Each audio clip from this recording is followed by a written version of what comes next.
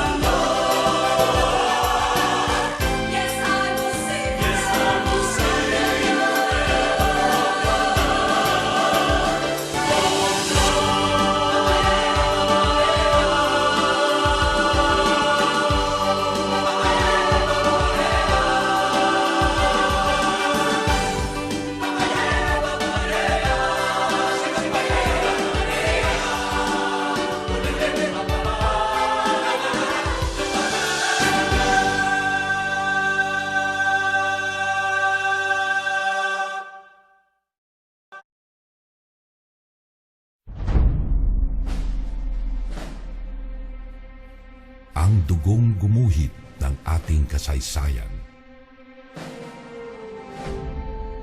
ng ating pagkatao, ng ating lahi, ay ang dugo ng kabayanihan. Mula sa mga bakas na iniwan ng ating mga ninuno, ating ipinagpapatuloy ang kanilang nasimulan sa mga paraang hinihingi ng anumang panahon. Taglay ang ipinamanang kagitingan at inspirasyon. Dahil ang apoy na sumiklab ilang siglo na ang nakalilipas ay nabubuhay pa rin sa atin magpahanggang ngayon.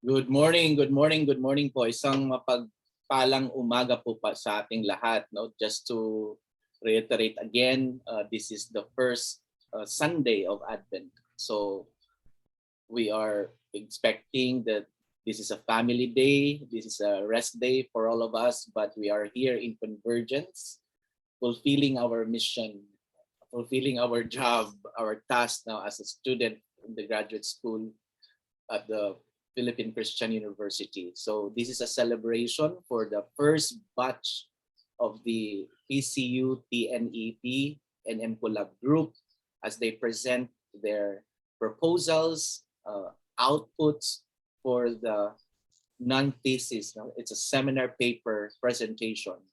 And we started yesterday's activity with an awesome presentation from the Master in Management, Educational Management, and then it was followed by the Master in Business Administration.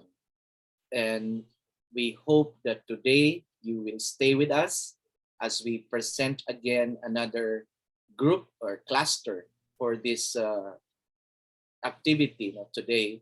So we will start with the public administration, and then we will have the public health administration cluster. And this afternoon, we shall end with our presentation of the two clusters or programs, the Master in Management, Major in Hospital Administration, and Disaster Resiliency. So we hope that we can learn something, especially to those younger batches, younger students that are here, because you will have your own time to present also your paper as you complete your graduate studies or program at Philippine Christian University. The president is extending his felicitations for this activity, the usual gesture of our president, Dr. Junipen Gawan, sorry, and also Dr. Margie present graced us with her presence yesterday. And for today, we shall have another administrator to give us a message for this special gathering that we have right now. May I call on Dr. Vida B. Jimenez, the Director for Online Education and Professional Advancement, OEPA, for Philippine Christian University. Good morning, Doc Vida. Good morning, Doc Matt. Morning. Can you see me? Yep. Okay. Morning. So, first of all, I would like to congratulate our MPA and our Health ba sila today, Doc Matt? Yeah. And hospital. And hospital at MMHOA students. So, I would like to to give you your advance congratulations kasi nasa last part na po tayo ng ating academic journey with our Masters in Management course kasi you're in your presentation now of your project study. Now, we would like to also thank Doc Matt for having the initiative to have this webinar for all of you to share all your best practices. As we always say that in the grad school level, this is not the time that like we are in college, we are learning the theories, but now we are going to share what we have learned through our experiences in our own field. So I hope everyone will learn something from each other, and the projects that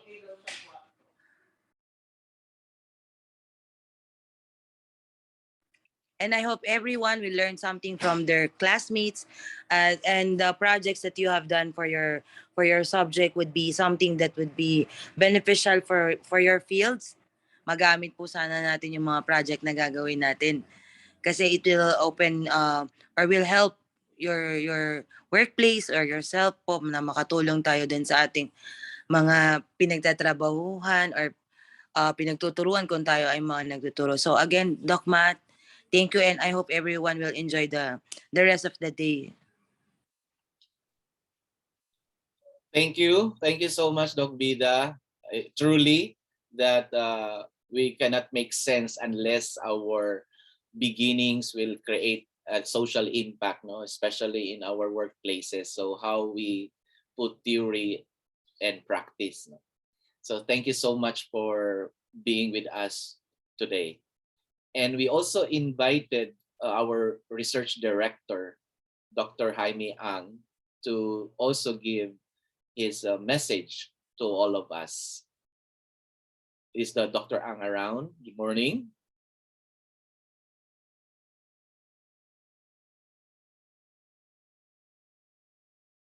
Okay, so I guess Dr. Ang is not able to. Doc Matt, Yes. in behalf of Doc Ang, I think the university has we have publications where we can publish the work of our selected students in the future po.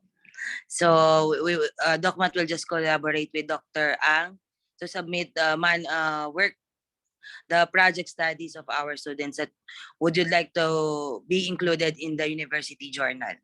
Okay. Thank you. Kasi Thank you. po, wala po Yeah. yata si Doc Ang. Thank you, Doc Vida.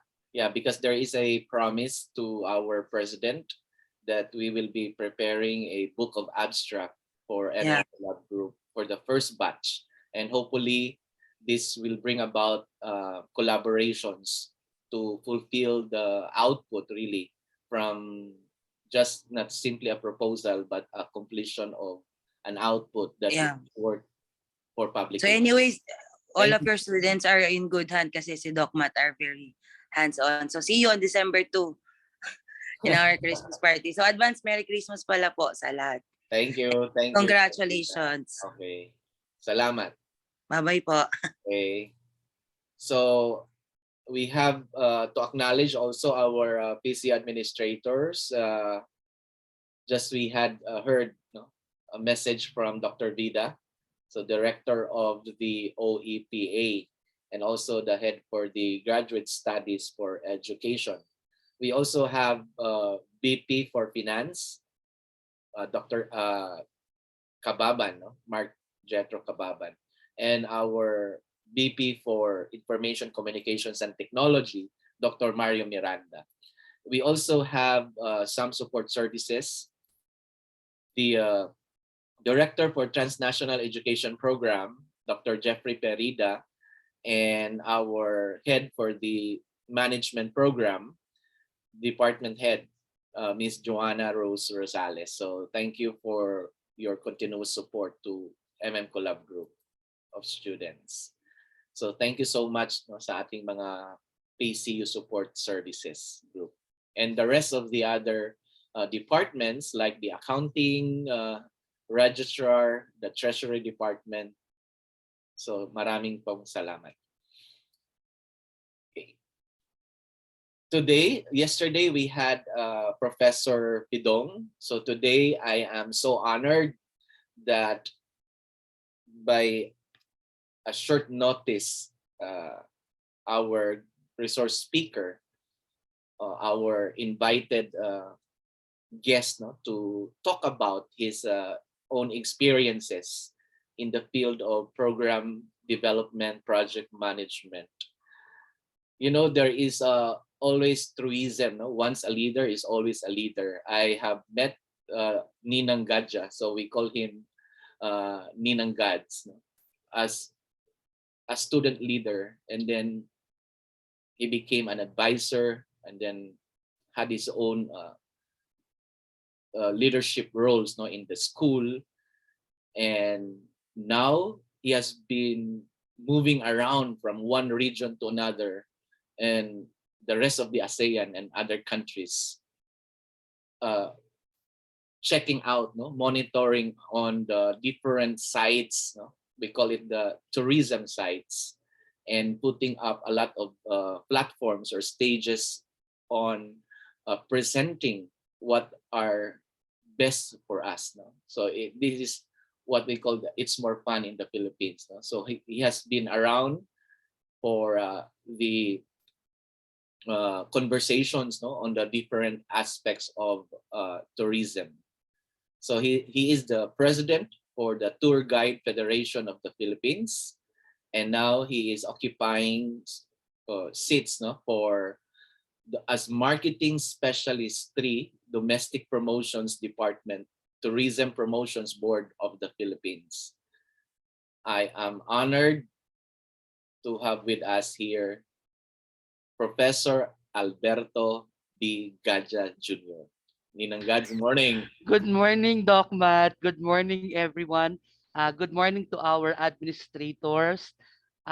Isa pong mapagpalang umaga sa lahat. Um, I- I'm speechless. Why? Because of the introduction of Doc Matt. Sabi ko, nako, kailangan ba akong masyadong maging formal?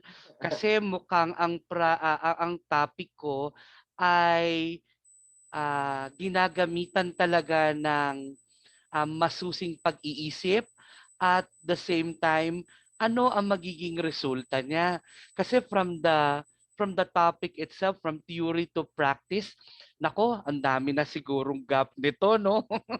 Lalong-lalo na sa aming eksperyensya bilang mga kawani ng gobyerno, at the same time from private to public sector na pinanggalingan natin, nakikita natin mga mga gaps, no? Pero magkukuwento po ako. Bago po ang lahat, I would like to share my screen para po you will appreciate my presentation. Go ahead. So, kumusta po ang lahat? Alam niyo po ba kung nasaan po ako? Ako po ay nasa Baguio lang naman. Sabi ko nga kay Doc Matt, hindi po ako pwedeng humindi sa isang Dr. Matt, at naniniwala po ako at I'm so blessed and thankful because I consider him as a mentor sa lalong-lalo na sa developmental stage and growth ko as a leader. So, iba rin po yung lalim ng pinagsamahan namin. So, kaya po ako po ay natutuwa lalong-lalo na po with the topic. It's very relevant especially para sa amin, no? Para lalong-lalo sa ating mga kasamahan ngayon na nakikinig, lalo na sa mga estudyante natin. Sige, let me share my screen. So, ating mga MPA and MMHOA students. So, now I'm speaking to our professionals. So, kaya sobra akong flattered and honored. And also to our officials, thank you very much for inviting me. Ito po talaga the challenge of technology. Kahit tayo po ay millennial na, still medyo challenging pa rin ang ating ito po. Sige po, I'll share my screen na po. And by the way, sabi nga po ni Doc Matt kanina, I'm with Tourism Promotions Board. Ang Tourism Promotions Board po bale ay ang marketing arm ng Department of Tourism. Meron po kasing siyam na ahensya or nine attached agencies ang Department of Tourism. Kaya po ganun kabigat ang responsibilidad ng turismo, no? Lalong-lalo na ngayon with the pandemic. Sobra po talaga tayong talagang kami ang industriya ng turismo ang isa sa mga pinaka naapektuhan ng pandemya. Pero still, because we are resilient, naniniwala po tayo sa tulong din po ng sabi nga ng United Nations, collaboration is the key to our recovery. Okay, so yun po. Ako po, just to present everyone, I'm handling, by the way, sabi ko nga po, kami po ang marketing arm ng Department of Tourism. We promote tourism domestically and internationally. And me as a market specialist, I'm focused on projects that are relevant to recovery ngayon, no? So pag-usapan natin 'yon. So the recovery approaches for tourism, we have a strategic marketing direction, one of which is we call it the Safe Bangon Turismo. So the Safe Bangon Turismo is our way of restoring, recovering, restarting, and replanning tourism in the Philippines. And nakita namin na dahil nga po sa laki ng porsyento ng nawala ng trabaho sa turismo, ay binabalikan namin at binabalikan natin ang mga ang mga tinatawag nating sectors, kasi po we have tourism sectors in tourism and hospitality sector na kapabilang.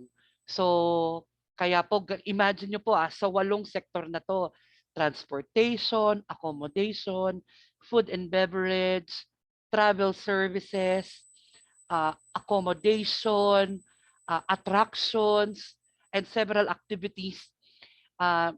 Grabe po yung impact niya. Now, so for this one, I would like to present a specific topic, a project which we call it the Sustainable Community-Based Tourism Sites and Attractions. Now, you will ask me, Sir, saan ba to? Paano ba nag-come up ng konsepto ang Sustainable Community-Based Tourism Sites and Attraction?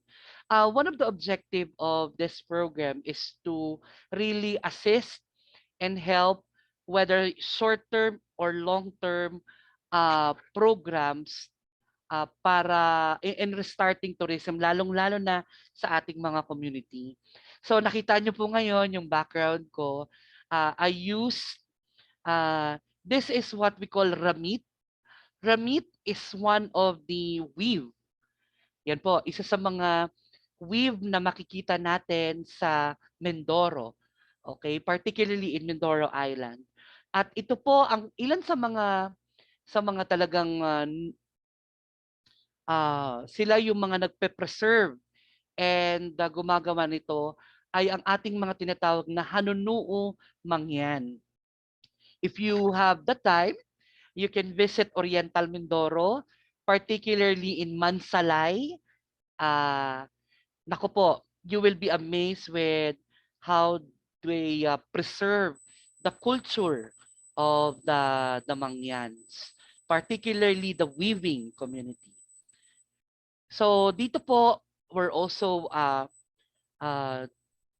providing several assistance to our community through the help of our local government and several NGOs.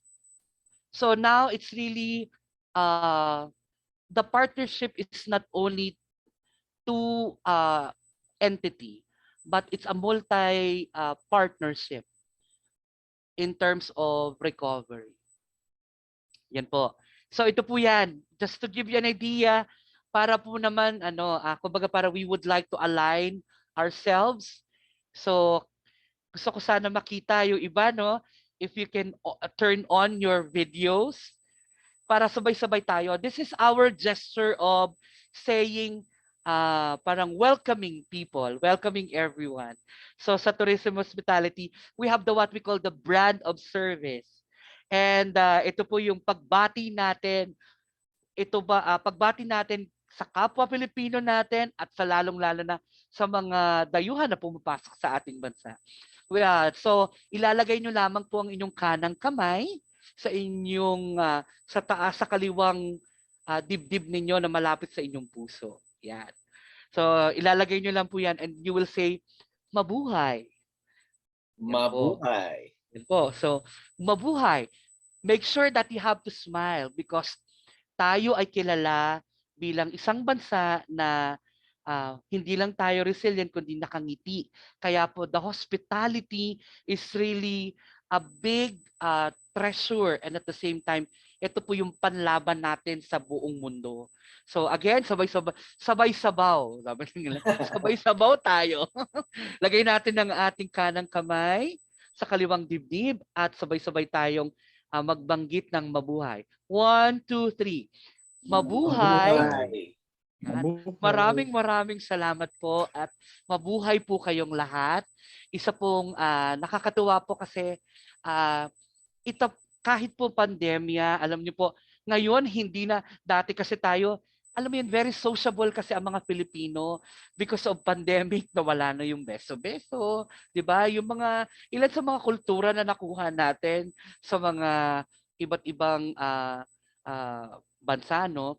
Pero tayo, na-maintain natin yan. Sabi namin, teka lang, meron din brand of service ang Pilipino. Hindi natin kaya makipaghalikan dahil pandemya. Alam mo yon, hindi natin kaya mag-kiss to kiss. Hindi natin kaya mag-beso-beso sa ngayon. Hindi natin kaya mag-shake hands.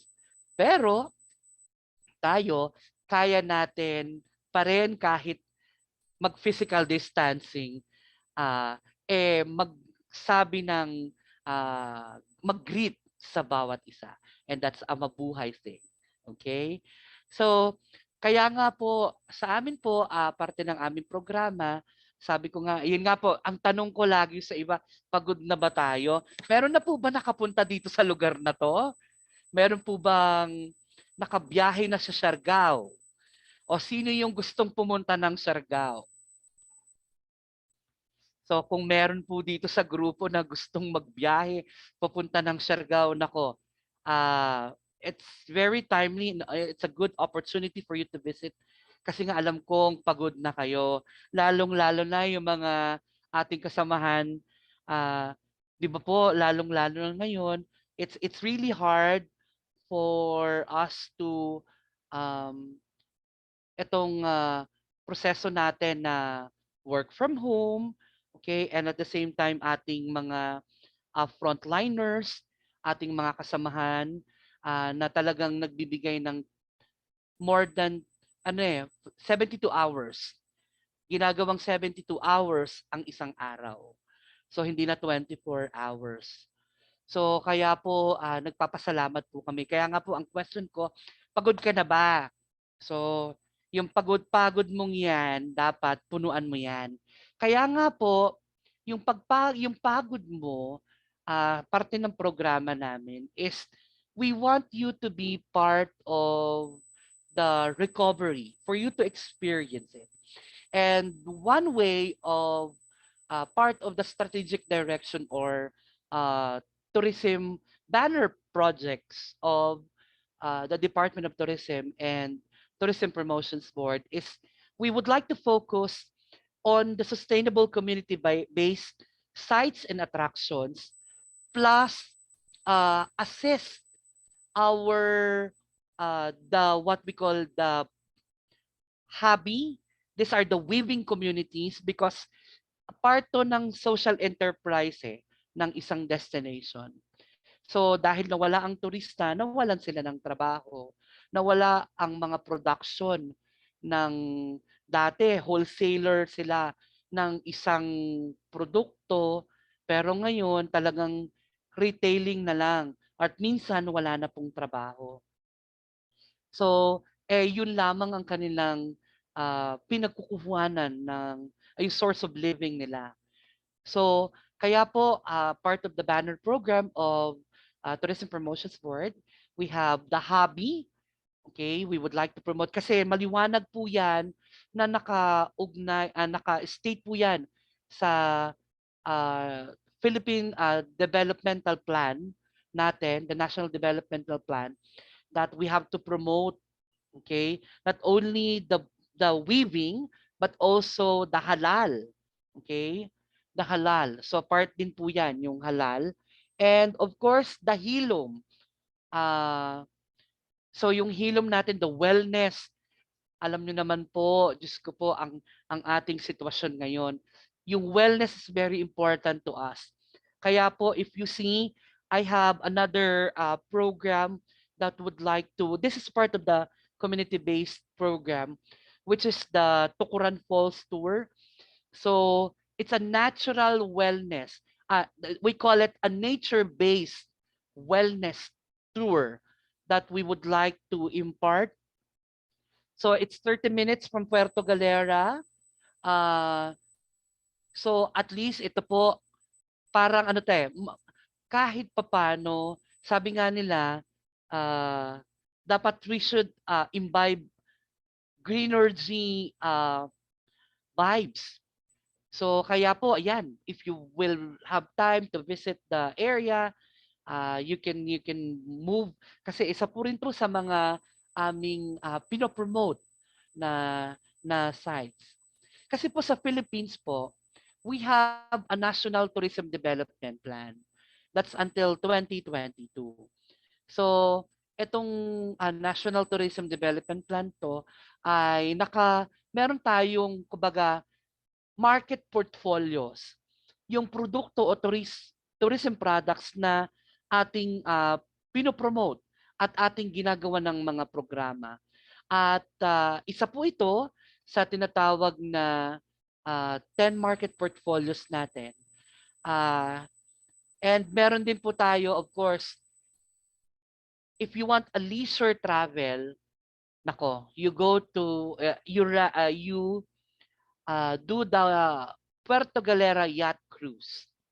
So it's one of another program that we part of the National Tourism Development Plan. And farm tourism is part of the 10 market portfolios. Yan po, what we did, we set up an outdoor dinner in a farm that's in Pampanga. And this is something na parang unique. And sabi nga natin, we have to really maximize our resources. Okay, especially this is a simple way of decongesting the mass sites and attractions. Kasi of course, kumbaga parang ito ngayon yung it's not only in demand, but this is what we need. Kahit pa pandemya. Okay? Another thing that we would like to emphasize as well as part of the National Tourism Development Plan market portfolios, the pilgrimage tours. The tours is, I'm not only referring to a specific religion, but the pilgrimage tours can be in general or can be termed as a religious tour. So yan po, you have a variety of religious tours that you can visit, no? Sabi ko nga, yung paglalakbay is yung traveling is really challenging. Kaya nga po itong project namin na Sustainable Community, when we conceptualized the project, going back to the title of the project, Sustainable Community, we really intend to, it's really, we conceptualize it in a form of a blueprint. So the blueprint provides us, this serves as a guide. So we map a plan from all over the Philippines. And then we segregate based on the portfolios. We conducted product developments in the area. Kaya po nasabi ni Sir Matt kanina, I'm visiting several attractions kasi our process is that before we present it to the market or we present it to the general consumer or general public, it should be ready. Okay, so ready in a sense that you have several criterions that you need to consider from the 5 A's of tourism, from the attraction, accommodation, ready na ba ang kanyang accommodation area, meron bang kakainan, may pagkain bang isa-serve, meron bang maayos na daan or the accessibility, may mga activities ba dyan. So, yan po, those are things that you have to consider. And there's a specific evaluation criteria that you need to consider. Then after the conceptualization, kasi ano to this one is really a new project. Again, pag tayo ay gumagawa ng proyekto, tinitingnan natin, syempre, from the existing to a new project. So, nagbabari po yan. 'Di ba? Sabi nga natin, ito bang proseso ng project management na to ay applicable sa general from macro to micro approaches natin. So yan yung mga ilan sa mga kino-consider natin.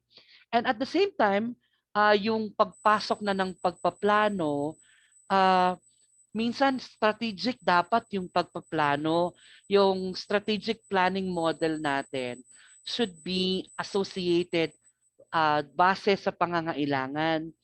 So the basic model that we always consider or parang we always incorporate is ano nga ba talaga yung based sa vision ng korporasyon, ng company or ng ahensya, and what do we want to achieve? What will be the goal? Okay? Ano ba yung goal natin for this program? Then also consider what are the approaches, yung approaches and actions to be taken from the planning itself. So yan po yung mga ilan sa, ito yung basic model that we are considering. Unless if it's an issue-based model. Kapag issue-based model yan, you really need to identify, okay, what are the issues. Then what, if this is the issues, what are the suggested things that you need to consider, okay? And then, that's the time you can now include it. Ito yung mga pag issue-based model ng approach in terms of strategic planning, no? So, kino-consider natin yung mga bagay na yan. And then, yung pagmo-monitor and the execution is really challenging lalo on our end kasi in tourism very challenging in a sense that kami kasi very dynamic. So, ang bilis ng transition. Kapag ikaw mabagal, nako, maiiwan ka. And that's what I like about the topic on the theory and the practice. Kasi minsan talaga hindi na nasusunod ang teorya sa practice, lalong-lalo na kapag meron mga urgency. Sorry. Lalo pag may mga considerations like, ito po yung nakakatakot, yung part ng may intervention on, may political intervention. That's one of the most challenging part. So yan yung mga katulad nito. Dahil this is a banner program, we have phases. Phase 1, phase 2, phase 3. And we wanted to be more strategic. And from macro to micro, from the identification of the regional offices na sites and attractions, we have to trim down para po ma-identify sino talaga yung may, then there's a criteria. Sino talaga yung talagang nangangailangan. Ang daming considerations, ang daming mga rubrics pa na kino-consider.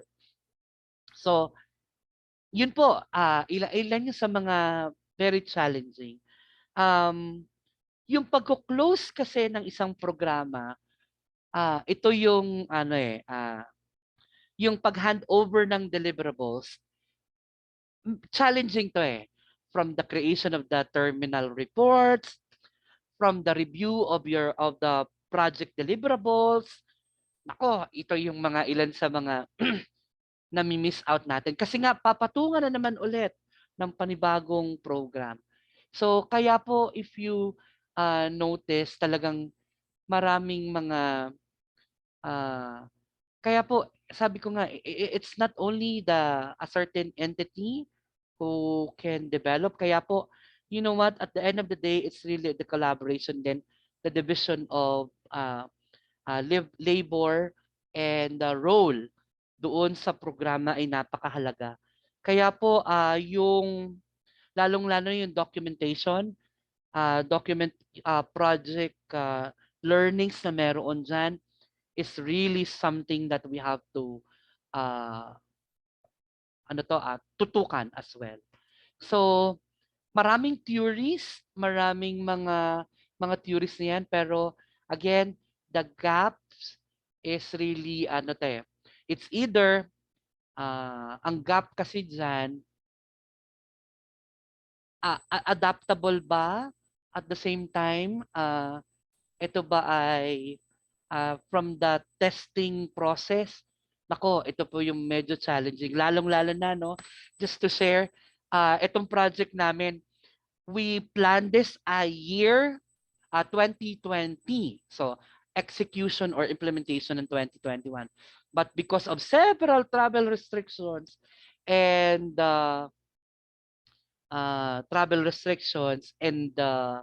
nako, na-move yung mga projects. Kaya nga po nagpapasalamat kami na ang Congress, we can still use the funds until 2022. Although obligated na ang funds ng 2021, we're still happy, at least we can still execute the projects. But by the way, our office, our agency, Tourism Promotions Board, is a corporate, a GOCC, a government-owned control company. So the challenge is really on, lalong-lalo na ngayon. Ako, there's an upcoming, wag naman sanang umabot sa Pilipinas. We're praying for that one kasi nga, kahit paano we're starting, nagpipick up na kahit paano ang turismo sa tulong ng iba't ibang ahensya na meron tayo. So, a very good sustainable community needs a multi-partners. We cannot stand alone. Okay, yun lamang po, and thank you.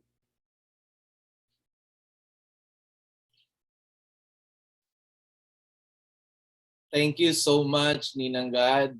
Thank you, Ninang. You really have not changed at all. The zeal, the passion, the enthusiasm. Hindi ko kaya yung mga ganun-ganun mo. So parang yun ang na-miss ko. I am at awe. Nakatingin lang ako sa iyo. Still you possess that makinig ka sa akin. Parang ganun. So I'm learning a lot, no? I think I surely believe na lahat kami dito, 109 participants, are learning a lot from you, and we hope that we can collaborate. We hope that we can also make use of your ACE in the criterion model that you presented, and we hope that we can work out, looking at the sustainable concept, of putting up projects. And yun ang sabi, ano bang mali kung mag-design ng tama kung hindi naman walang social impact. So thank you so much for gracing us today, with your with for knowledge and that kind of passion. Salamat po. Okay. Maraming salamat, Doc Matt. Nakita ko, may isa akong nakita po na isa sa mga pinagmamalaki rin namin, yung Doc Henry Magat. No? Bigla ako nakita eh. How are you? Hi, Doc. I miss you. We can open this for our conversation with Ninang Gadia. So if there are some questions, comments, clarifications, magparapol ata si Ninang Gad. Meron Yes, sir. Yes, sir. Okay. Ano yung announcement? Opo, yes, sir. I'll be providing at least five corporate giveaways of Tourism Promotions Board. So ikaw, sir, kung meron pong mga tanong, we will sa atin po. So, yeah, I think Doc Henry is raising his hand. Go ahead. Thank you, Doc Matt. I'll just break the ice because I have to run to the church. No, I'm going to hear Mass. Thank you, Ninang Gads, for being with us today. Alam mo, ang daming mga bagay na maiko-contribute mo sa bansa diyan sa ginagawa mo, no? And I would like to commend you for doing that. At sa grupo natin dito sa Collab, it is both, no? It will help the country and it will help us really cope with our situation. So I think we'll have to collaborate more with you, Ninang Gads, no, on organizing tours. So yun, no, Doc Matt will do that. Thank you, congratulations, and thank you also, Dr. Matt. Thank you. Ninang Gads, meron ka pang nakalimutang isa dito, si Dr. Judith Batin. Oh my goodness, ayun, nakita ko na Nakikinig din sa'yo. ang nanay namin, Doc Judith. Magandang umaga. Okay. Good morning and thank you. Yeah. So can we have some of the participants, if you can raise a hand so you can be acknowledged, or if there are some questions regarding our presentation. Okay, there is one here from Madonna Belair. Good morning po, sir. May initiative po ba ang government when it comes to unifying, if not streamline, the travel requirements to encourage tourism? Thank you. Sir, last year pa po yan na part ng Tourism Recovery Plan to streamline the travel requirements. But because of, alam mo, nakakalungkot lang kasi in other countries, nagawa na nila. Dahil tayo po ay, paano ba natin masasabi? Tayo po ay, kumbaga ito na lang, philosophical statement, general statement. May iba't ibang pananaw, iba't ibang ideolohiya pagdating sa larangan ng governance at pag-alaga sa kanilang komunidad. Yun na lang yung term namin eh. Kasi I don't want to be politically subjective. Pero in principle, kumbaga parang technically, ganun na nangyayari. Pero in principle na lang, ganun. Magkakaiba ng paniniwala. Pero again, sabi ko nga, I'm happy with the system of Cebu and Bohol. So they open already tourism without any travel restriction. So kasi nga sila ay tourism dependent. At sa tourism-based dependent yung destination or yung place. Kaya po malaking consideration yan. Okay, thank you.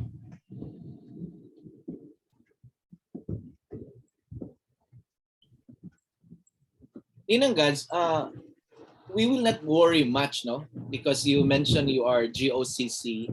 So I think you slightly open the conversation with there is ongoing upcoming elections, and would there be a problem in when you mention political intervention pag nagbago ng administrasyon? Ano ba ang challenge ng opisina niyo? So still continue naman. Kasi sir, dahil kami ay attached agency, we follow kasi the difference of Tourism Promotions Board and Department of Tourism, they're more, Department of Tourism is more into policy and development. Kami naman sa Tourism Promotions Board, market development, market research, and at the same time, we're handling really marketing and promotion, domestically and international. So definitely whatever is the existing product of developed by DOT, yun yung ipopromote namin. Yun yung gagawa namin. Ito ngayon yung challenge. Talagang ito yung sinasabi namin na we really need to focus on digital tourism because yung digital tourism, or we call it the smart tourism, ay napakahalaga ngayon, lalong-lalo na sa mga bansang katulad natin. Actually, kung itutuusin nga sa Asia Pacific, di ba? Tayo ay isa sa pangalawa after Europe sa pinaka, kumbaga parang kino-consider in terms of nagde-generate ng revenue plus nagpo-provide ng employment opportunities sa ating kontinente, lalo na sa mga sa regions, no? So nakita namin yan na parang ito talaga dapat, whether magbago ang administrasyon, dapat i-maintain at i-retain yung aspect ng smart tourism. Kasi we are towards to that.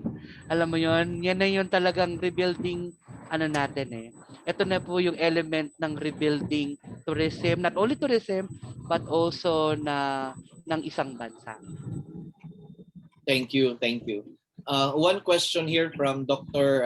John Cedric Robles. No? So each town po ba has tourism officer to promote tourism in the area?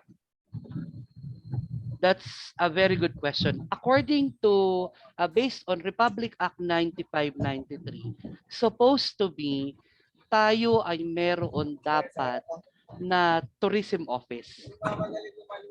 Kasi po, kinukonsider ang turismo na isa sa mga pinaka-vital na may vital role in terms of economic development. Kasi it's an economic activity ang turismo.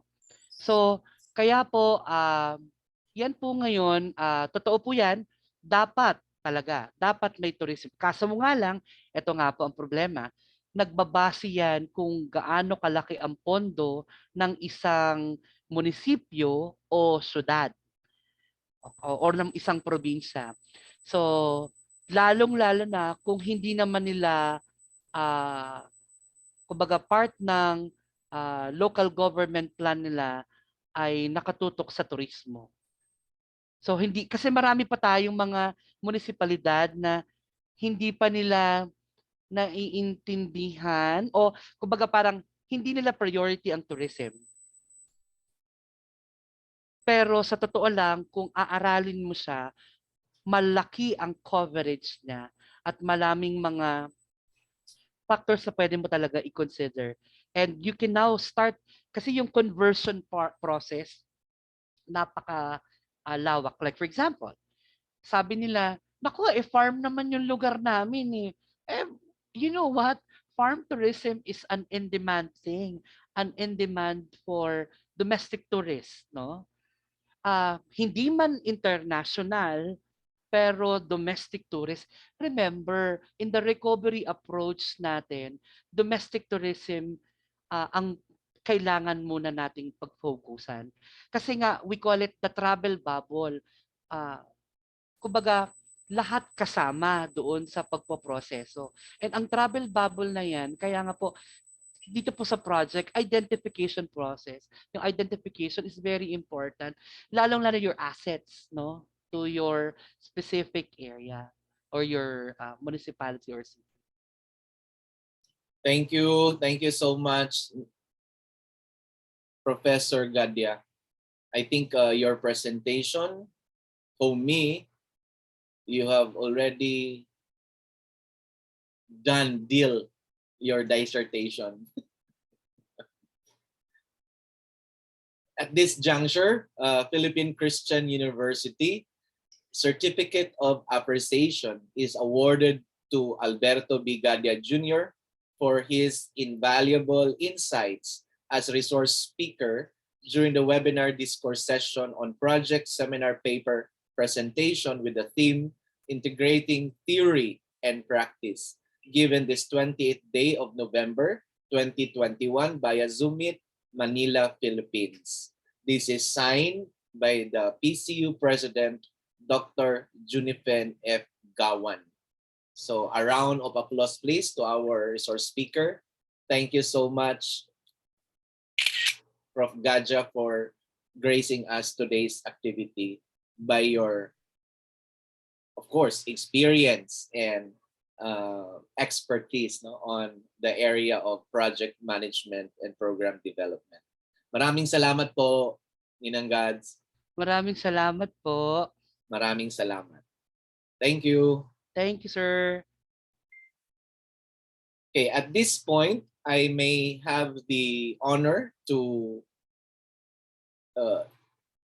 do a short introduction to the graduating class in their presentation of their proposals and outputs for this seminar paper presentation.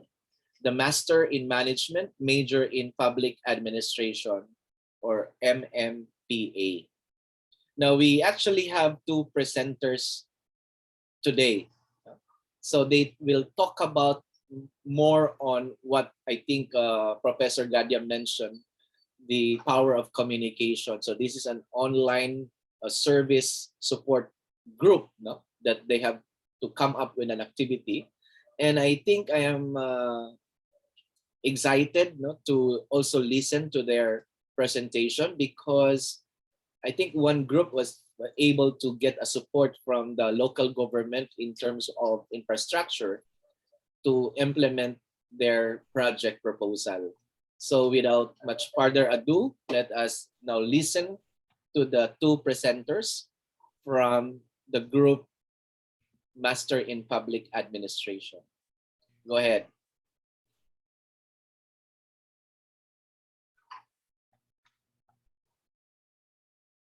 You can now share your screen. Presenters.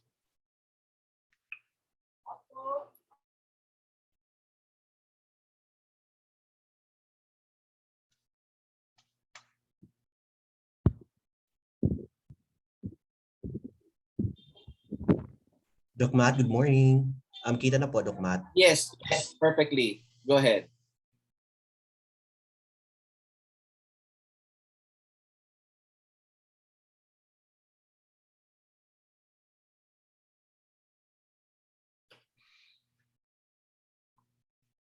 Should there be a sound?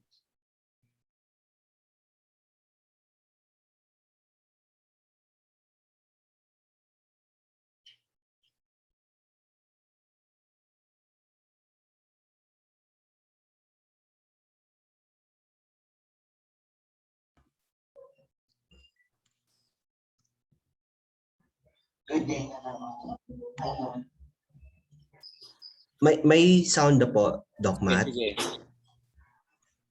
play it, play it. Good day, everybody. I am engineer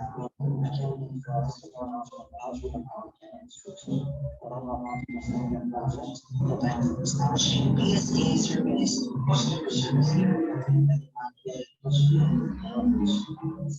Hindi maganda yung sounds, Doc.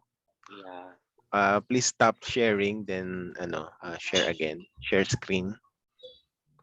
On your left lower, you can see the share sounds. Please click that.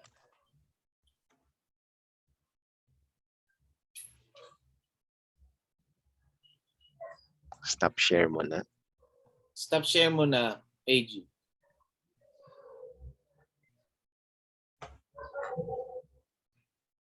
And then Tapos click share screen on your left on your middle lower.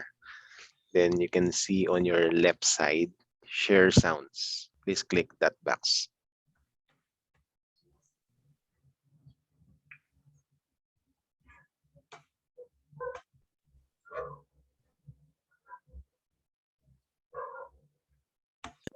Good day, everybody. I am AJ Galapit, a candidate for Master in Management, Major in Public Administration. Today, I'm going to present my project entitled Establishing PSA Service Customer Service Area at the Barangay in Region 8 to obtain birth certificates. For the abstract, birth certificate is a valid document that shows and confirms the details of the birth of a person. It is usually asked to justify when and where a person is born and to verify how old the living person is. Owning a birth certificate is very important. With it, a person can easily authenticate his identity and would help him on accessing privileges, obtaining government-issued documents that is very essential of one's existence in a particular country. So there are limited PSA offices in Region 8. With the current pandemic, it adds to burden to travel to visit these offices and obtain a PSA birth certificate. The purpose of this project is to establish a PSA Service customer service area at the Barangay and Region 8 to obtain birth certificates using its current resources, materials, and PSA Service online portal. This project was tested at Barangay Salvacion or City, Leyte. Test implementation results shows that service areas can be established and could address the need of constituents in obtaining birth certificates. We realize the importance of birth certificates at a very young age. The moment our parents establish our existence in the government until to our very first school admissions, we use birth certificates. It's important is the reason as to why every one of us should own a birth certificate and ensure that we have the access on obtaining one. We use birth certificates in many reasons, whether it be personal, employment, or to access government services and benefits. Aside from accessing government services and legal services in the government, birth certificates also serve as a primary document or a primary requirement to obtain valid IDs in the Philippines. For example, driver's license, passport, PRC IDs, overseas Filipino workers ID. So it is very important. In the Philippines, we are usually asked to submit PSA authenticated birth certificates. So PSA is the Philippine Statistics Authority, the central statistical authority of the Philippine government that collects, compiles, and analyzes and publishes statistical information on economic, social, demographic, political affairs, and general affairs of the people of the Philippines and enforces the civil registration functions in the country. There are only six field offices of Philippine Statistics Authority in the whole of Region 8. So it covers the provinces of Biliran, Eastern Samar, Leyte, Northern Samar, Western Samar, and Southern Leyte. So this limited number of field offices makes it harder for anyone to access their services, such as obtaining PSA birth certificates, because they have to travel long hours just to visit these offices. And of course, with the additional restrictions on mobility due to the ongoing COVID-19 pandemic. So on my experience, I'm living in Ormoc City. If I want to obtain a PSA authenticated birth certificate, I have to travel 3 hours going to Tacloban City, where the field office is located. And aside from that, not to mention also the cost, like the fare and as well as the payment to obtain this birth certificate. If you're going to top it all out, um, it would really cost you a lot of money and effort. So Philippine Statistics Authority has an online portal to request birth certificate that can be accessed by anyone and anywhere as long as you are connected to the internet. But not all people are computer literate or knowledgeable enough to access computer systems or have access on the internet. At the delivery side, not all specific addresses can be easily located, which makes it harder for delivery personnel to deliver mails to specific person or recipient. Ayan. So this project aims to achieve the following objectives. So to obtain birth certificates by utilizing the PSA Service online request and delivery portal at our barangay hall, and to assist constituents in using this PSA portal by establishing customer service areas at barangay halls and to centralize the delivery, and then to make payments of the availed PSA online services faster and easier, and of course, to provide our constituents with birth certificates without visiting the far field offices. When we conducted the test implementation, so first we gathered the materials that we need, no, but the needed materials were right there already inside the barangay hall, except for the internet source. So the barangay hall has no internet connection available for now. So we used a broadband device to provide internet source. So internet plays a vital role in the implementation as all of the transaction from the request of birth certificate to the payment is done online. So if in case a barangay would like to implement this and they want to have a separate area on this with separate materials, I also canvassed the prices, the possible prices of the materials needed in order to implement this project. So from desktop computer until to the chairs and merchandise, so it would cost around 36,000 pesos. Using the tutorials that can be easily accessed online, I was able to conduct a tutorial to Honorable Noe Magallanes. So Mr. Noe Magallanes is the chairman of education in Barangay Salvacion, Ormoc City, where we conducted this project. With his knowledge on basic PC operations, it became easy for me to teach him the process. If the barangay will assign a dedicated manpower to conduct this service, then he or she should be a computer literate. With this, he or she can easily assist our clients and can easily access the portal. Not all of our houses are located on the streets and can easily be accessed by couriers. Some houses are located on the inner parts of the barangay where there are no concrete roads available. So for the location, we selected Barangay Hall. Barangay halls are well-known landmarks on our community. So Barangay Hall or Barangay Salvacion can be easily located because it is situated along the road.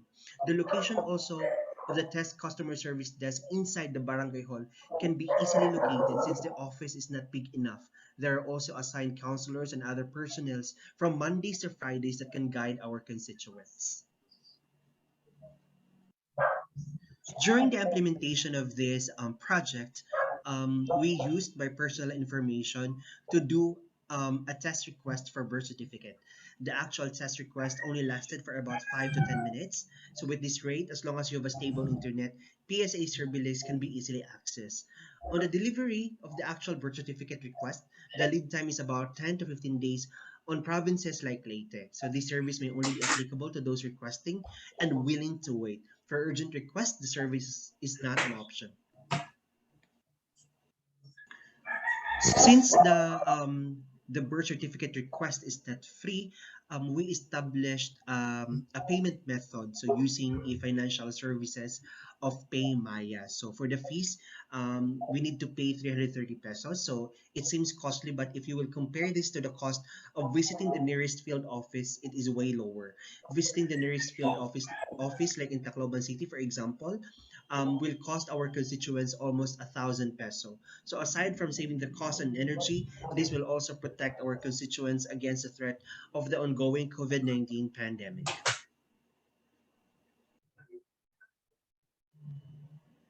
For my conclusions, the primary objective of this project is to provide easy accessibility in obtaining birth certificate. So PSA Service Portal is a proven website where you can request for a birth certificate and other documents. Putting a PSA Service customer service area to our barangay hall will help a lot of our constituents. With the PSA Service customer service area on our barangay halls, this acts as the nearest touch point to request birth certificate instead of going to far field offices. With the PSA Service customer service area on our barangay halls, this lessens the expenses of getting a birth certificate by visiting these field offices. With the barangay halls as the central mailing address of requested birth certificates, this will help our couriers to deliver birth certificates easily. Barangay halls are considered as one of the most clear landmarks in our community. Constituents living in the outskirts of barangay will not be worried to couriers and tracking their exact houses. With the PSA Service customer service also in our barangay halls, this will help constituents who are not computer literate to access the PSA Service portal to obtain birth certificates. With the PSA Service customer service area in our barangay halls, this creates a bridge to the gap and a wider reach to every community and every Filipino. If every constituent will own or possess a birth certificate, this will give us a strong sense of identity. We will have more confidence that everyone will have the access and government services and documents that needs a birth certificate. And by that, we can somehow ensure that no one is left behind as our country move forward to progress. Once again, this is Adrian Galabit, candidate for Masters in Management, major in Public Administration, and thank you for listening. Thank you. Thank you so much. Next, please. I'll be the one po to present the video doc. Go ahead, Jay.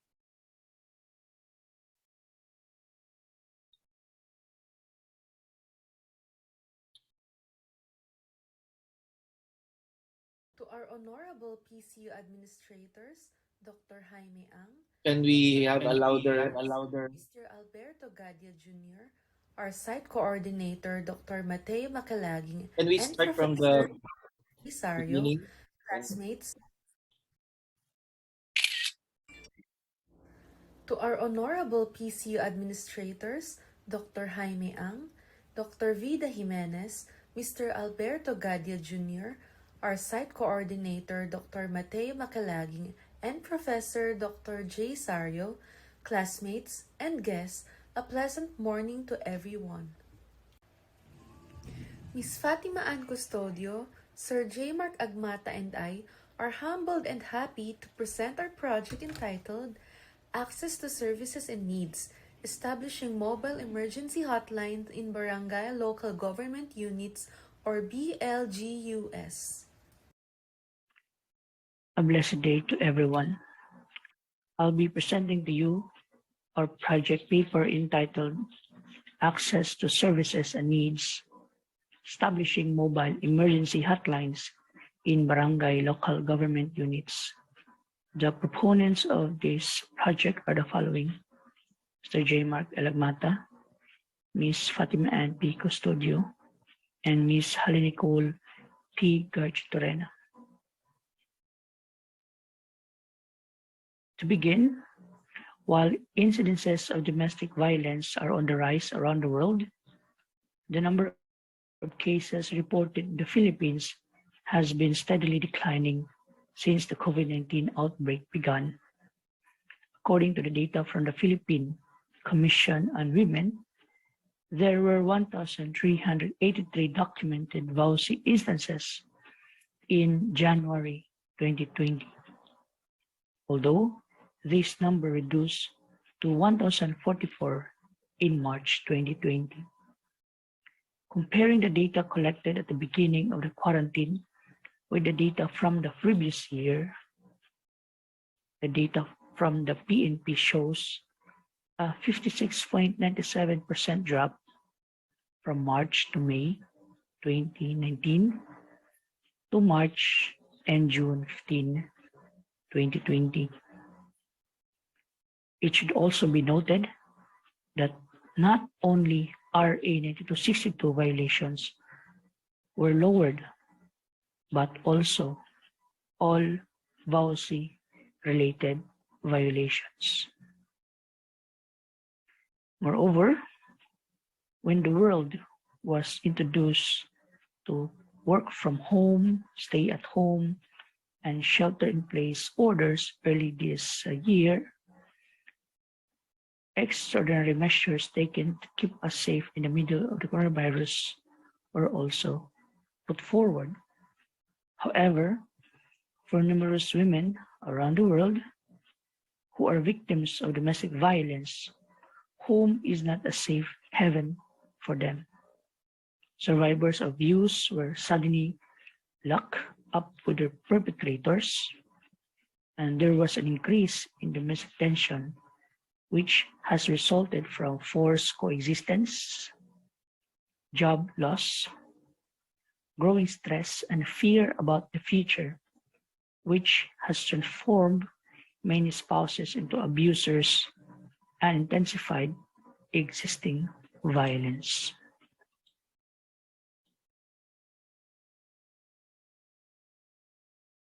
Typically, reports of these crimes are reported to the local barangays by the victims themselves or some concerned community members. However, in the case of women, it's really hard for them to go to their barangay due to the pandemic.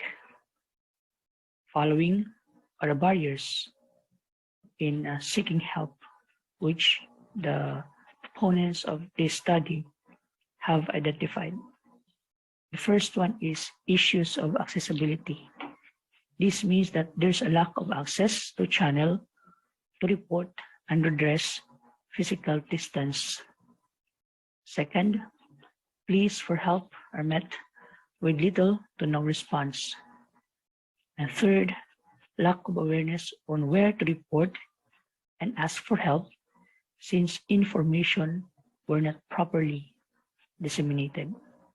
And accordingly, in a survey conducted by Oxfam Philippines, only 62% of the respondents on gender-based violence cases did not know whether or not a VAUSI desk exists in their barangay. And that's a sad note.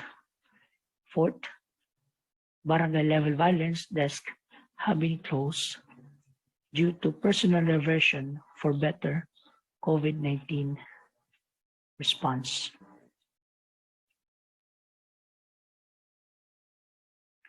With the current reality that we are facing now, the most ideal solution is to enhance the access to services and needs in the nearest part of care, which is the barangay, by creating a mobile response or mobile emergency hotlines or helplines to be part of the operations of each barangay. The project will be tested in the municipality of Tagkawayan, 3 selected barangay, namely Barangay Poblacion, Barangay Rizal, and Barangay Aldavok. It will assure the community that they will be heard and their pleas for help will be acted upon. Because basically, while these hotlines mentioned, just like National Emergency Hotline, Philippine National Police Hotline, Philippine Red Cross, Bureau of Fire Protection, and NDRMC, and many other important hotlines are really instrumental for being an instant go-to when some people need them. These hotlines could cater emergency needs, but there are communities in the province that have no access to telephones or online services. That is why this project is intended to streamline and enhance the access to services and needs in the community level. So much so, the proponents propose a mobile emergency hotlines to be part of the operations of each barangay local government unit. This project will be tested or was tested in the municipality of Tagkawayan's 3 selected barangay, Barangay Poblacion, Rizal, and Aldavok. And these emergency hotlines was implemented or shall be implemented for the following reasons. The first reason is to serve as a contact number to those constituents who don't have access to landlines. Second, to improve the delivery of services to the public. And third, to assist the constituents in their health and security needs, such as referral services, for example, swabbing, hospital, and quarantine facility referral. It could also assist in counseling and mental health issues, official businesses, for reports, emergency response, public services, and inquiries. Fourth, to strengthen the collective efforts to uphold citizens' rights from all forms of physical and mental violence in the barangay level. And lastly, to promote good governance and citizen-centric approach by addressing the needs of their constituents through their respective barangays. And the proponents suggested these following interventions. First, flyers, newsletters, and tarpaulins of the said matter shall be provided and distributed to the barangay tanod and barangay health workers to their constituents. So they will publicize these following flyers, newsletters, and tarpaulins. Second, the Barangay 24/7 Action Agad Emergency Hotline number will also be posted at the LGU Tagkawayan website page. Third, Other important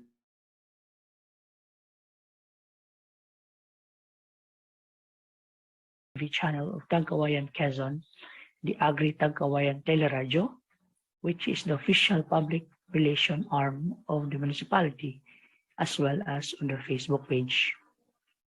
Fourth, providing training for gender-based violence and healthcare responders or providers, as well as the volunteers, CSOs who offers emotional support, referrals to supportive services. Fifth, capacity building to address vulnerability, communication materials for victims, concerned citizens, and community. Sixth, ensuring a supportive environment, friendly premises for the community where their privacy, safety, and dignity can be guaranteed. And seventh, to establish a coordination mechanism which includes all relevant stakeholders.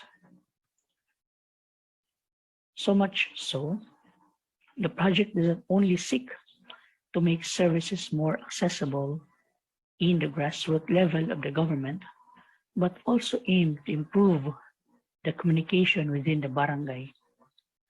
Further, this enhanced the collaborations with different agencies. With just a click, they can easily be connected with everyone, where they can call, text, and even share pertinent information, especially in this time of pandemic and exigency. With that, thank you so much for listening.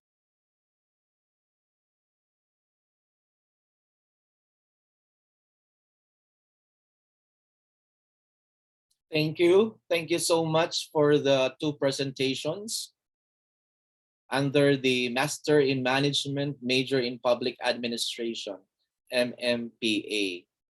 I would like to congratulate in advance your efforts, your desire, and I think you've done enough for your project or intended goal of your project. So at this point, may we have the Master in Management, Major in Public Health Administration, MMPHA. May I call on the seminar paper course Professor Dr. Enrico S. Santos to introduce our presenters.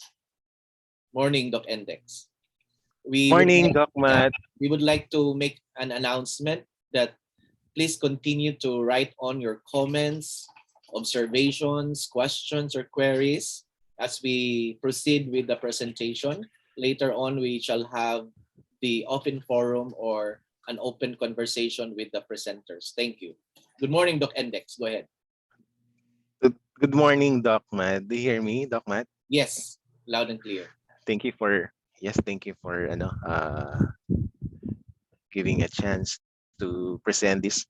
At this point in time, let me introduce the thesis/project output of the candidate for the program in Master in Public Health Administration. This is a non-thesis track. Even this is non-thesis track. All paper were subjected to academic scrutiny and hard work of the student. No, tama, Doc Matt, yung sinabi mo kanina. This is a first day ng advent. Ramdam natin ngayon medyo makulimlim. Feel na natin ng malapit na ang Kapaskuhan. Merry Christmas in advance. So, Doc Matt, let me share my screen po. Go ahead. Sorry. Okay, Ariel, please. So, a project seminar paper presentation with the theme of integrating theory and practice. This day, November 28th. Okay, next slide, please.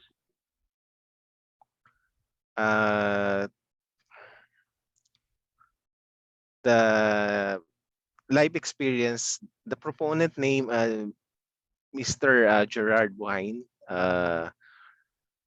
presenting his title, Life Experiences Among Health Worker Conducted Post-Vaccination Surveillance.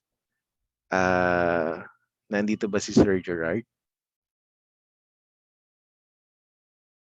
Okay. I think next, please. Next, please. So, Hello everyone, my name is yes, okay. Okay, go ahead, go ahead. Michelle Bongkawil, a registered nurse and presently working at Primary Healthcare Center, Doha, Qatar. The title of my project proposal is The Live Experiences Among Nurses in the Primary Healthcare Amid COVID-19 Pandemic, a qualitative, descriptive, and phenomenological research-based study about the life experiences of primary healthcare nurses amidst the COVID-19 pandemic. Executive summary. The COVID-19 pandemic is with no doubt a huge threat not only in the social life of the people and the economy, but most importantly of the health and lives of billions. As we continue the fight in what seems to be an invisible war, unfortunately, our fighters, nurses in the primary healthcare, the ones in the front line, are in much more risk than one can think of. Sadly, primary healthcare nurses worldwide are not just battling the virus, they also suffer from numerous concerns that comes along with their responsibility as nurses, their life experiences while saving lives. As these concerns progress, their work is also being affected. This project proposal aims to produce a qualitative, descriptive, and phenomenological research-based study about the lived experiences of primary healthcare nurses worldwide amidst the COVID-19 pandemic to identify their concerns and cause awareness. This shall serve as a resource of information for policymaker, government, and private organization to identify, accept, understand, evaluate, and act on the concerns of primary healthcare nurses and ultimately improve their working conditions amidst and even after the pandemic. Project background. This research project aims to help improve and understand the situation of nurses, especially in the lived experiences of primary healthcare worldwide, who plays an essential foundation for the global response to the coronavirus disease. Through qualitative descriptive phenomenological approach, World Health Organization reiterates the role of primary healthcare workers. Primary care plays a significant role in gatekeeping and clinical responses, identifying and triaging possible COVID-19 cases, making an early diagnosis, helping vulnerable people cope with their anxiety about the virus, and reducing the demand for hospital services. The role of primary care has been increasingly important as cities impose strict control measures, including non-pharmaceutical interventions, and as larger hospitals close their outpatient departments during periods of increased transmission. There also is an increasing role of home care for COVID-19 cases, with communities supported by a strong primary care system, which strengthens the trust between healthcare workers and communities. There had been no qualitative study that had analyzed the lived experiences and concerns of these nurses in this emerging crisis. This research project aims to get the attention of policy makers, governments, and private organizations to attend to the concerns of primary healthcare nurses. As when continuously ignored, it will have a significant effect on their duties and responsibilities and will negatively influence the healthcare system and the world's recovery. The solutions and approach. What are the goals and visions of this project research? One, to produce a qualitative, descriptive, and phenomenological research-based study about the lived experiences, concerns of primary healthcare nurses worldwide amidst the COVID-19 pandemic and post-awareness. Two, to grab the attention of policymakers, government, and private organizations to identify, accept, and understand, evaluate, and act on the concerns of primary care nurses. And third, to help improve the situation of primary healthcare nurses worldwide amidst the pandemic and ultimately lead the way for better treatment even after the crisis. Conclusion. Risking their lives while preventing the virus and saving lives should already be an enough threat that primary healthcare nurses must endure. However, despite the countless food deliveries, uplifting videos, poems, songs, and stories made for them, they suffer much more than the above-mentioned risks. They also have to endure numerous live experiences, concerns in their working condition, compensation, environment, and etc. There has not been a qualitative study that have analyzed the live experiences and concerns of these nurses in this emerging crisis, which, when consciously ignored, there will be significant effect on their work performance and eventually influence the healthcare system and world's recovery. Thus, the need to create one. This qualitative, descriptive, and phenomenological research-based study can make a huge impact in creating awareness about the lived experiences of primary healthcare nurses worldwide amidst the COVID-19 pandemic and ultimately improve the lived experiences of primary healthcare nurses amidst and even after the pandemic. Thank you for listening. Thank you, Michelle, for the presentation. The next presenter, Mr. Noel Loha. Are you here, Sir Noel? Okay, next, please. The next presenter is Miss Faye Pingol Mina and Beverly Ramirez, presenting with her title Nursing Workforce Model Framework. Please. Good day, everyone. I, Femina, and Beverly Ramirez will be presenting our project, the Nursing Staffing Model.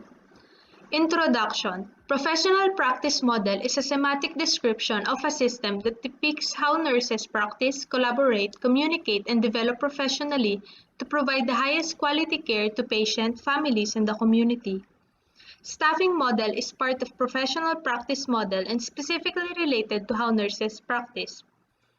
It ensures that human resources are utilized appropriately and that healthcare facilities operate in the most cost-effective manner. Staffing model also assists in human resource planning for the future and for planning new or expansion of services. Background. Based on the magnet designation, a safe and high-quality nursing care depend on the nursing staffing level, qualification, competence, and the environment that nurses work in. 8 essential aspects that define the work environment and influence the quality of nursing care are clinical component, adequate staffing, good nurse-physician relationship, autonomous nursing practice, nurses-manager support, control over nursing practice, support of education and culture that value concern for patients. Nursing is inseparably linked to patient safety, and inadequate staffing lead to increased risk for errors. Current situation. Position titles of nurses are not aligned with best practices. There are no accurate data in terms of nursing workforce and work volume. Limited fragmented professional development program, little oversight of nursing care, substandard performance management, no specific policies to guide nursing practice. There are no model to determine the nursing staffing needs per facility. Staffing model objectives. Develop a system that will ensure that all facilities have the correct number of staff with appropriate qualifications with a defined scope of practice.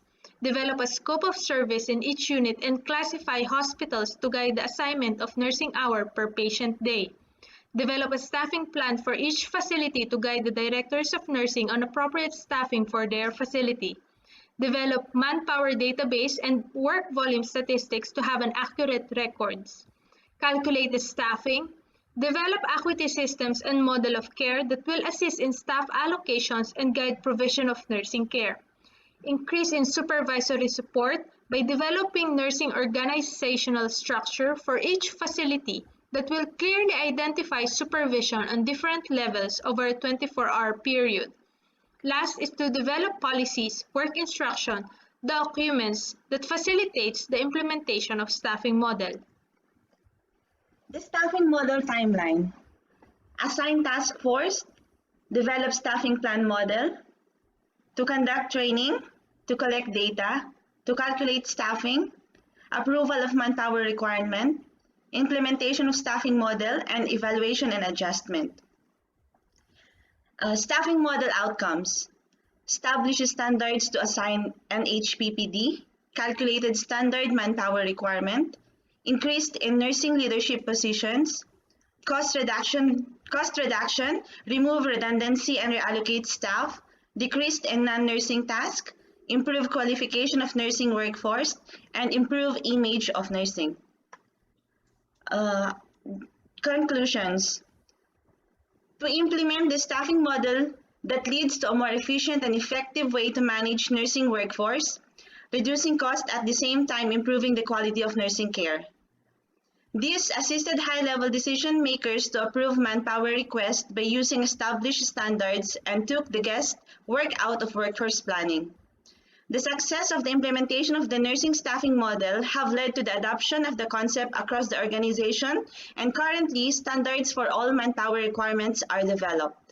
The nursing staffing model are transferable to all nursing departments as best practices, and established international standards related to nursing staffing have been utilized to develop a method of determining requirements for nursing staff.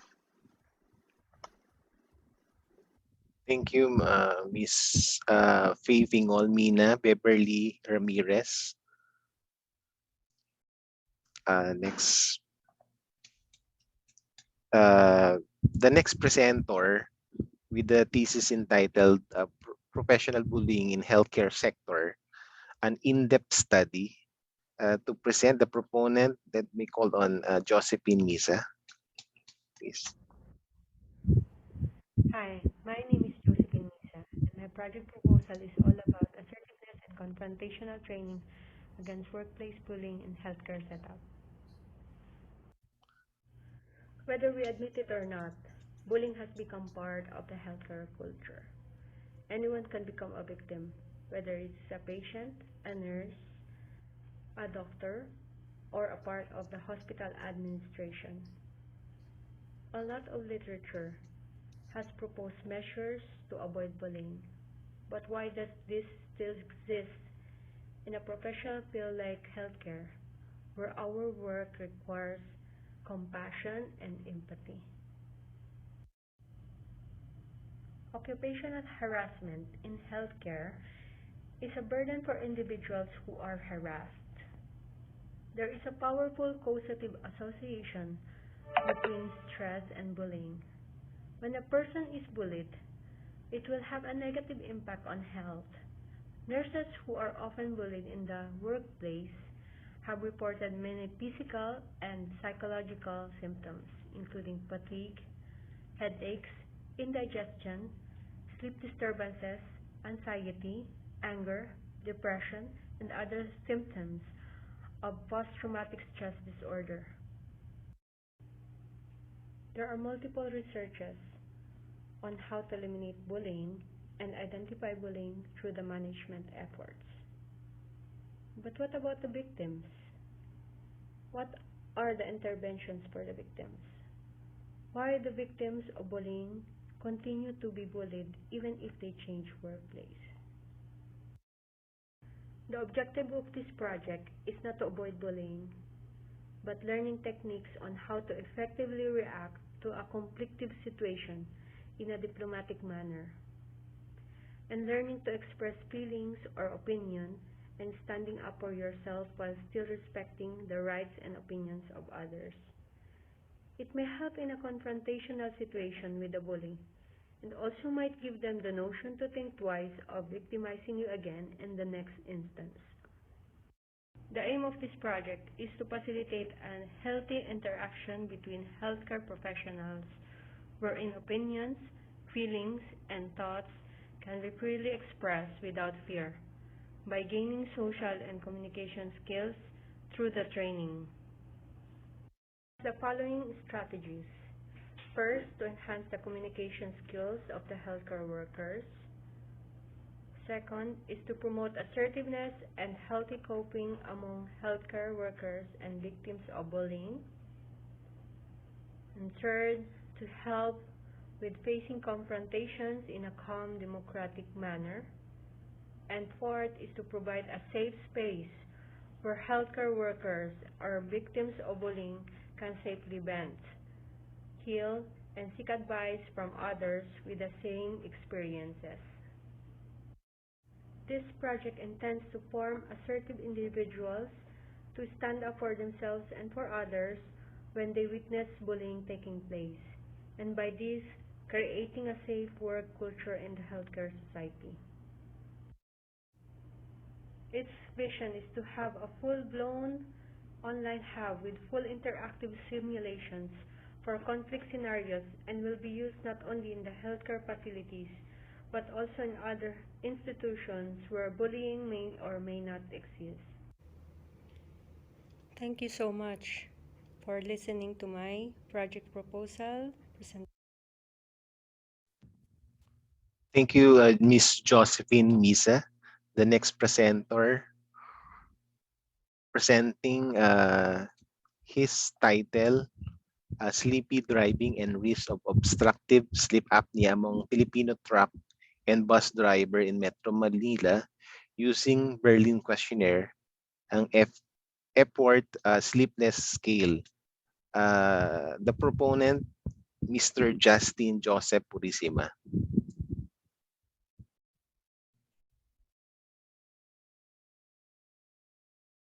Good morning, everyone. My name is Justin Joseph H. Beresima, and I will be presenting my project and thesis titled Proposal Assessing the Risk of Obstructive Sleep Apnea, Daytime Sleepiness, and Sleepy Driving Among Filipino Truck and Bus Drivers in Metro Manila using Epworth Sleepiness Scale and Berlin Questionnaire.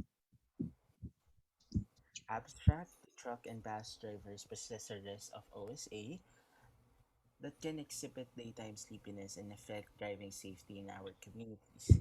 Different studies around the globe have proven that bus and truck drivers have a moderate to high risk to OSA. However, limited local published studies in OSA have been established. The different screening tools that are available and well used in the field of sleep medicine was used to measure the different variables. Separate sleepiness scale and Berlin questionnaire and sleep-related items will be utilized in order to assess the levels in a qualitative and quantitative manner. The study aims to contribute to road safety and occupational health hazard, specifically in truck and bus drivers in aid to policy formation and health programs to address the growing pressing issue. OSA is a worldwide pressing issue that has affected different occupations around the world. It is considered a chronic disease that exhibits daytime sleepiness, restlessness, and difficulty of concentrating that can greatly affect the road safety and increase sleep-related accident. It is marked by pauses in breathing during sleep, accompanied by symptoms of loud snoring, excessive daytime sleepiness, impaired cognitive function, restlessness, and headaches. Once it is left untreated, the risk of cerebrovascular diseases, metabolic disorders, and neurocognitive diseases will be highly regarded. Driving itself requires complex coordination with hands and feet that needs attention to the road, recognition of movements, and a non-distractive environment. Sleepy driving due to consequences of OSA can greatly affect the safety of our roads and develop into motor vehicular accidents. Truck and bus drivers represent a group of higher risk of motor vehicular accidents due to its road crash impact, vehicle size, amount of load of carrying, and passenger capacity. The data on World Safety Motor Vehicular Accident represents 43%, which sleepy driving and daytime sleepiness can be attributed to and categorized. The research objectives are the following. First is to determine the prevalence risk of obstructive sleep apnea among Filipino truck and bus drivers in Metro Manila using the different sleepiness scale and questionnaires. Second is to classify the level of sleepy driving, the quality of sleep of the drivers, the level of the risk of sleep apnea in relation to road safety among the drivers. Number three is to determine if there are differences in terms of OSA risk and sleepy driving for bus drivers versus the truck drivers. And lastly, to present an overview data in terms of the risk to OSA, road safety related answers, and sleepiness while driving, and others. And thank you for your time.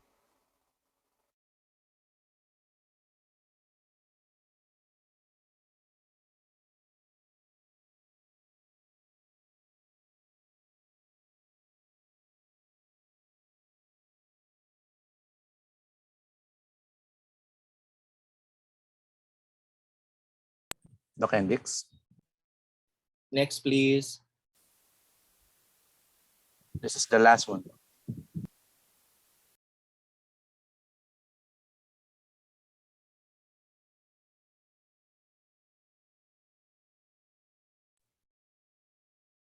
Would there be a presentation here? Wala pong nasubmit na video, Doc. Okay, thank you. Thank you. Thank you, Doc Index, for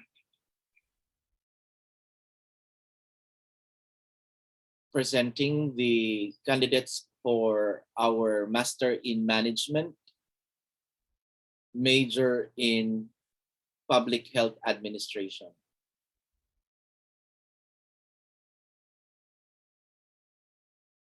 So there we have it, our presentation for the two programs, our Master in Management, major in Public Administration, and Master in Management, major in Public Health Administration.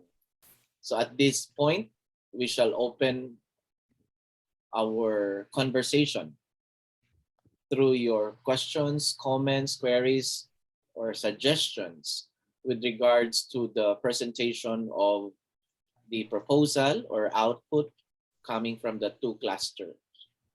Anyone? Would you like to say something first, Doc Index? Go ahead. Yes, thank you. Yung iba medyo nagka-problema sa downloading, no? Kaya hindi na present. Meron ba may call on the proponent na hindi nakapag-present? Correct. You have time to share your screen para before we open the open forum.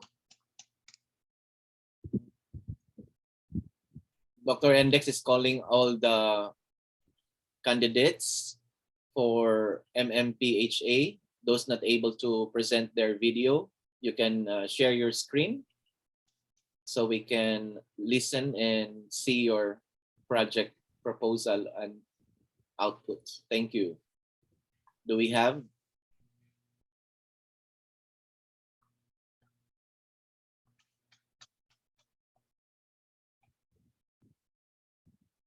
I think Docmat walang nag-ano. Okay. Okay na, thank you. Thank you. So do we have from the participants? We are now on our open forum.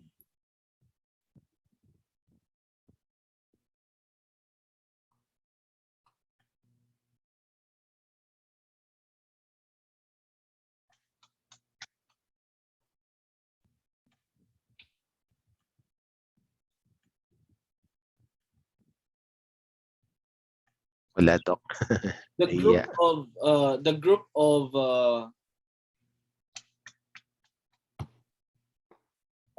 custodio, if they are around here, I would like to ask a follow-up, something like that, no, to that effect. How would you like to invite others here present in our activity today? Because I believe that you have somehow accomplished or completed the project. And how was the challenge, no, while doing the project?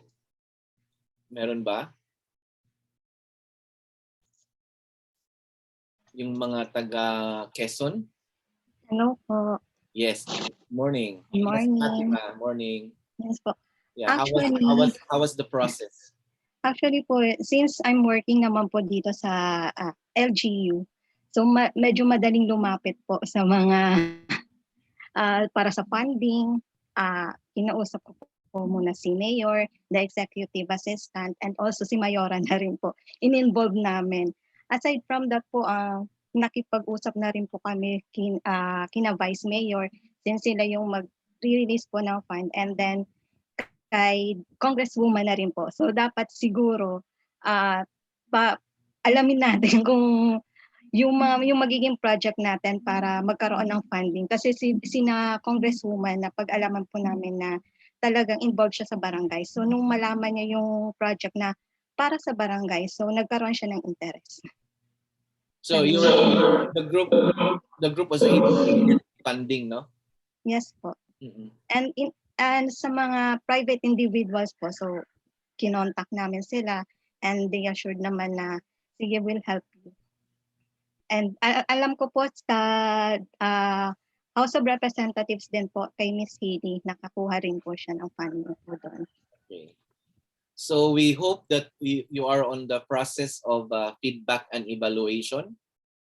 Yes. Maybe you can gather data on what are, an analysis on data, whether the program that you propose or implemented and managed and you do the execution, can really bring about change, or answers dun sa inyong mga gustong ma-solve, na problema or issue dun sa inyong place, Yes. So meron na ba, merong ganon feedback? We are working on it pa po, Doc.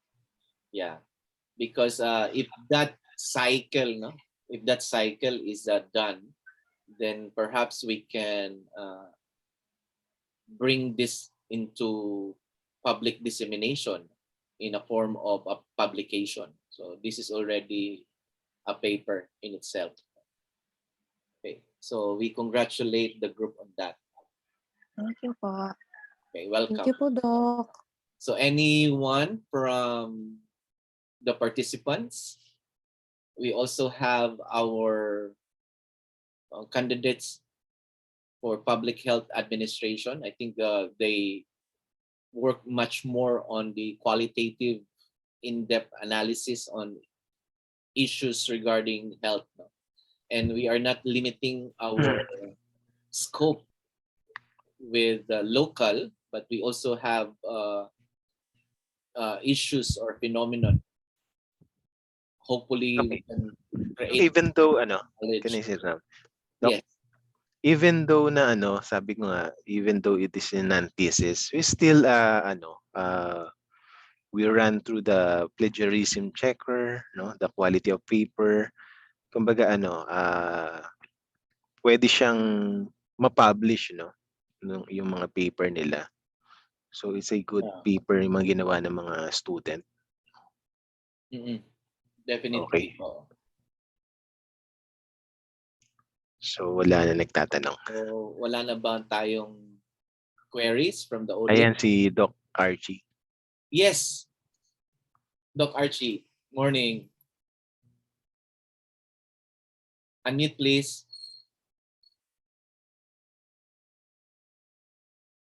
Doc Archie, you're raising your hand.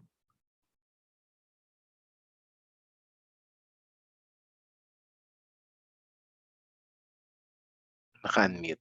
Naka-mute po.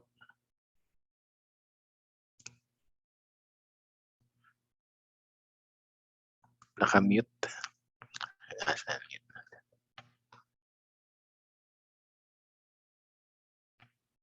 Doc Archie, can you unmute? Baka napindot lang.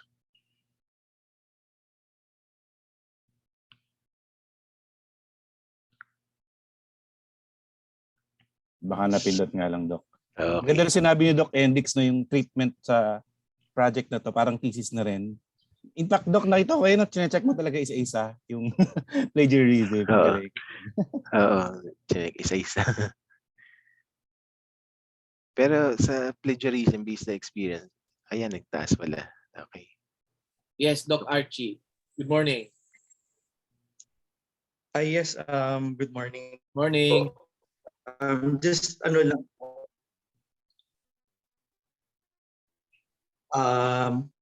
I'm quite interested with the study in healthcare. I'm just interested on what were the challenges that the presenter had, kasi it's a very delicate subject. So what were the challenges that they had during during conducting the study? May mga sumagot ba talaga na buong buo or may natatakot? I Okay. agree with the presentation kasi na yung silently nangyayari siya talaga kahit hindi halata. So yun po. And I agree with the significance of the study. Yeah. Sure. Thank you, Okay. Commander. Can I answer that? Yeah, go ahead, Doc. And then Ay, yes, the one of the group,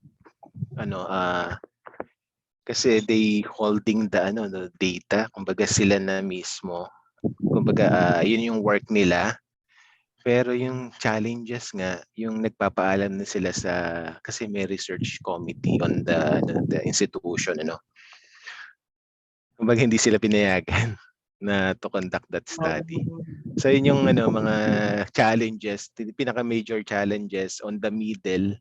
Kumbaga okay ka na, tapos biglang the institution hindi ka papayagan na gawin even though ikaw ay naandon kasi meron yung health, particular the health, meron silang mahirap yun sa mga research board nila. So yung isang challenges. Tapos in terms naman sa data collection, medyo mabilis kasi naka-Google form na, madaling i-cascade yung information. Tapos even the phenomenological study, they conduct a Zoom meeting kasi recorded na siya. So ang ganda niyan kasi even pag yung normal hindi pandemic, mag-i-interview ka face to face, ang hirap mag-record, Pero dito naka-Zoom. So even the non-verbal communication, nanonote mo na rin. So yun yung mga challenges. Siguro sa mga proponent, please share your experiences sa tanong ni Sir Archie. can we have the candidates, proponents for public health? Yes, Mina. Good morning. Misa. Misa, sorry. Josephine, go ahead.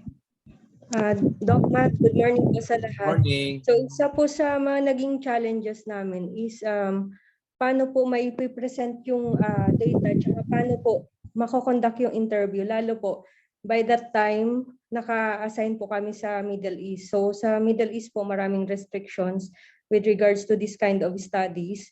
So napaka-delicate din po nung topic ko, which is bullying, which is kahit po sa Pilipinas, pag pag-uusapan natin, is parang marami pa rin pong denial kasi karamihan sa mga hospital na GIA accredited is kiniklaim nila na zero tolerance sila sa bullying, but still it's happening right now. So marami din pong mga participants na akala nila na kapag nagsabi sila or nagpa-interview sila, baka may makakilala sa kanila. So nahirapan din po ako maghanap ng participants ko. Kaya yun po, yun naging challenge. Yeah. So I think that's perfectly understood, no? And then I think we go back to the ethics class of Dr. Attorney Bu. So I think we have the list there of some of the guidelines or checklists, no, on the concept of confidentiality and the consent, no, and the commitment on the population that will be the source of information of our data. So importante talaga na may consent, no? And then yung commitment and confidentiality. So yung ethics ng paggawa natin ng ating instrument and then pag-process ng ating data. And any other from the proponent? I just would like to Yeah, go ahead. would just like to commend I just would like to commend the group because it's a really very interesting topic. And very very delicate at that, especially in all places of the world, no? Kasi it really happens, pero we tend to shy away from it. So actually yung conceptualization pa lang ng study, tapos yung tapang ng paggawa ng study is very commendable na kaagad. So hopefully payagan yung study and hopefully ma-continue nyo po yung study because it will really open a lot of eyes to the presence of bullying even in the adults and in the workplace. Correct. So yeah. Salamat po for sharing that study with us. Okay. Thank you, Doc Archie. Thank you, Josephine. Doc Index, would you like to end the conversation? Okay, thank you, Doc Matt. No. So our Yes, Doc Matt, thank you. Thank you very much. For our next batch sa afternoon yung 1 o'clock. correct. So Uh, thank you. We'll have a second second strand for our master in hospital administration. Nalilimutan ko. No, hospital administration para sa 1 o'clock. Okay. So stay tuned po kayo. Yeah. Thank So you. maraming salamat po sa inyong pagdalo. So we have reached around 118 participants this morning. It's a Sunday and we have borrowed your time, precious time, family time, me time, but still we are here. Salamat po sa lahat ng dumalo. Let's continue to thrive on projects and research, and definitely lahat ito mapupunta sa mga benepisyaryo ng ating programa, ng ating project. And we can thank you enough for joining us. And as mentioned by Doc Index, this afternoon we shall have the 2 clusters from Doc Index class and Doc Pobletes class. So stay tuned. We shall continue with our program at 1 o'clock this afternoon. And let's share our screen for our photo ops. Please. Okay. Salamat.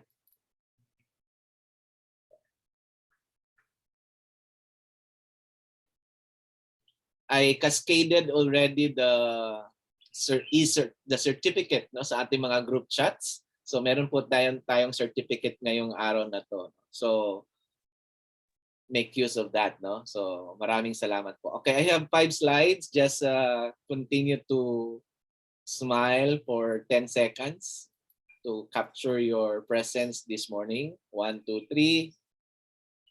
Ayan. May peace sign si AG. Okay. Okay, second screen please. 1, 2, 3. Join me. Gusto ko yung pakapi ni Ace. Okay. 1, 2, 3. Okay. Thank you. Maraming salamat. Isa pa. 1, 2, 3. Yeah, it's nice. Hindi na yung papatayin. Yeah, may mga sounds eh. So it's nice to see yung mga earlier batch na nandito. So talagang ang pioneer batch ang nagsiset sa atin ng standard ng ating pag-aaral. Nakikinabang po lahat ng mga younger batch, no? So ako talagang maraming pasensya doon sa first batch. Marami kaming pinagdaanan na mga sinasabi lang birthday. Oo, marami kaming pinagdaanan. Collab group. And we're so happy na of course we will be joining them in their graduation soon by January or February. Oo. So with the approval of the doctors here, pwede ba na tawag sa PICC? Doc Eileen? Pwede na ba daw tayo sa PICC? Small time lang, sir. Wag na Yeah. big time. Yeah. I think the proposal is exclusive for MM Collab, no? Kasi ang marami kasi gagraduate ng hospital administration. So with us alone, it is already a graduation, no? Ang ano naman doon is nandun ang mga board of trustees, nandun meron tayong commencement speaker, so hopefully, no? For Yes, MM Collab. virtual graduation is okay. Virtual. Yes. Sige. So see you this afternoon. See you. Thank you po. Thank you. Full of happy sounds. Baby, please come home. Let's stop the recording, but you can Let's see the local. take the